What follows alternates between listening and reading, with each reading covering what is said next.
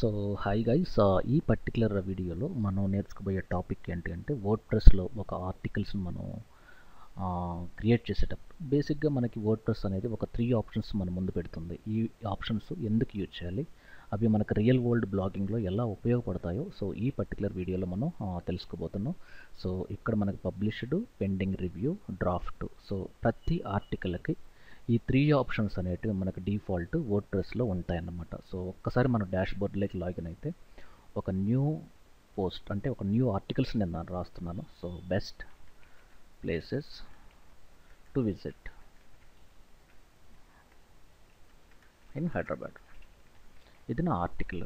So నేనేం చేస్తున్నానంటే ఇక్కడ కొంత టెక్స్ట్ని నేను కాపీ చేసుకొని ఇక్కడ పేస్ట్ చేశాను ఇలా. ఓకే, ఇది ప్లేస్ 1. ఈ ప్లేస్ 1 ఏంటి, సే ఫర్ ఎగ్జాంపుల్ ఈ ప్లేస్ 1లో ఏదో నేను ఇక్కడ రాశాను, అసలు లుంబిని పార్క్ గురించి రాశాను. సే ఫర్ ఎగ్జాంపుల్ ప్లేస్ 01. అంటే మీరు ప్రాబబ్లీ ఎలా కాదు, బ్లాగింగ్ అనేది ఒక డిఫరెంట్. ఇది ఫస్ట్ ప్లేస్. ఇక్కడ హెడ్లైన్ అంటే ఏంటి, ఏది ప్లేస్ ఏంటి, Lumbini park, NTR garden, something what ever it is. So మీకు నిజంగా హైదరాబాద్ బాగా ఇష్టమై ఉంటే సో ఒక 3-4 ప్లేసెస్ మీరు విజిట్ చేసి మీ బ్లాగ్లో రాయొచ్చు. దానివల్ల వేరే వాళ్ళకి హెల్ప్ అవుతుంది, ప్లస్ మీకు మనీ కూడా వస్తుంది. సో ఎప్పుడు కూడా దీన్ని H1లో పెడతాను, హెడ్లైన్ 1. సో ఇది ప్లేస్ 1. ఇక్కడ మీరు ఇంకొక ప్లేస్ గురించి రాశారు. ఓకే, ఇది ప్లేస్ 2. సో దాని ఫోటో పెట్టాలి, హై రిజల్యూషన్. అంటే బ్లాగింగ్ రాయడం అనేది ఒక స్కిల్ అది యాక్చువల్గా. సో మీకు ఫ్యూచర్ వీడియోలో నేను చూపిస్తాను. ఈవెన్ మీరు నా పర్టికులర్ బ్లాగ్ లైక్ alltechskills.com అనే ఒక వెబ్సైట్ చూస్తే ఇక్కడ కొన్ని సింపుల్ టైం పాస్కి కొన్ని ఆర్టికల్స్ నేను రాశాను. కొంచెం మీరు కానీ వీటిని కానీ చూసారంటే సే ప్రాబ్లీ మీకు బెటర్ ఐడియా వస్తుంది. Say for example careers in digital market, ఇవన్నీ సింపుల్ ఆర్టికల్స్.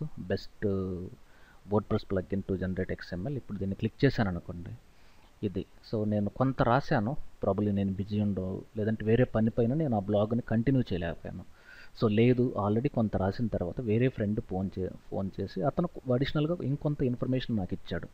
అది నా బ్లాగ్కి చాలా ఉపయోగపడుతుంది.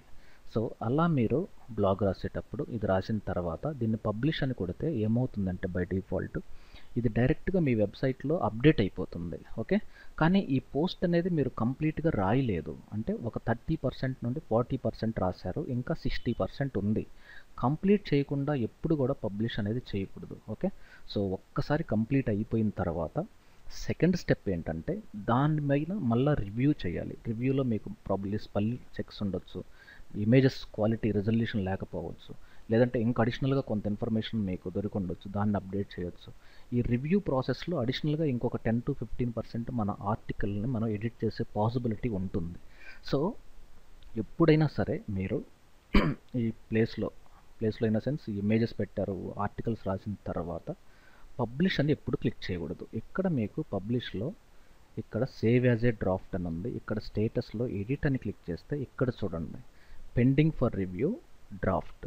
ఈ డ్రాఫ్ట్ అంటే ఏంటంటే ఇప్పుడు నేను సెలెక్ట్ చేసి నేను ఓకే క్లిక్ చేశారనుకోండి, ఇప్పుడు అప్డేట్ చేసిన తర్వాత ఇది బేసిక్గా మనము ఈ best places to visit Hyderabad అనే నా వెబ్సైట్లోకి వెళ్ళి మీరు చూస్తే ఇది ఈ యొక్క ఆర్టికల్ మీకు కనపడదు, ఎందుకంటే ఇది డ్రాఫ్ట్ స్టేజ్లో ఉంది. అంటే సే ఫర్ ఎగ్జాంపుల్ మీకు ఆల్ పోస్ట్లో క్లిక్ చేస్తే దీని స్టేటస్ ఏంటనేది మీరు చూడవచ్చు, బెస్ట్ ప్లేసెస్ టు విజిట్. ఒక్కసారి మళ్ళీ నేను చెక్ చేస్తాను, ఇది డ్రాఫ్ట్, పెండింగ్ ఫర్ డ్రాఫ్ట్.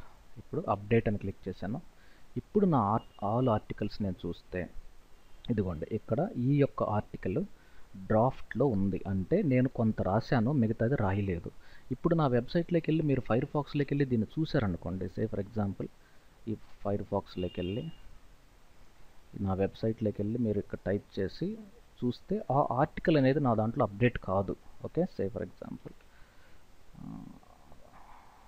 ఇది యాక్చువల్గా వెబ్సైట్.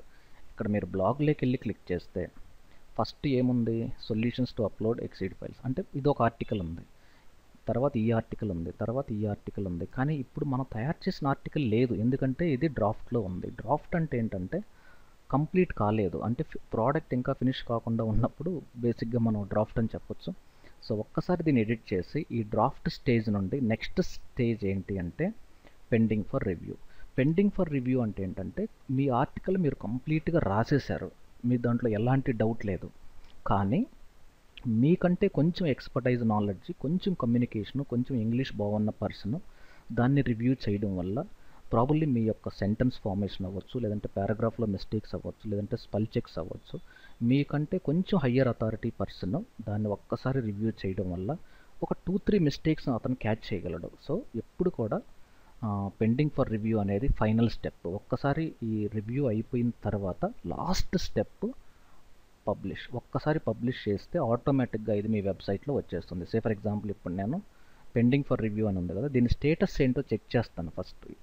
ఇక్కడ చూడండి, ఇది డైరెక్ట్గా పబ్లిష్డ్, కేటగిరీ నేను మెన్షన్ చేయలేదు, ఎవరు పబ్లిష్ చేశారు ఆథర్.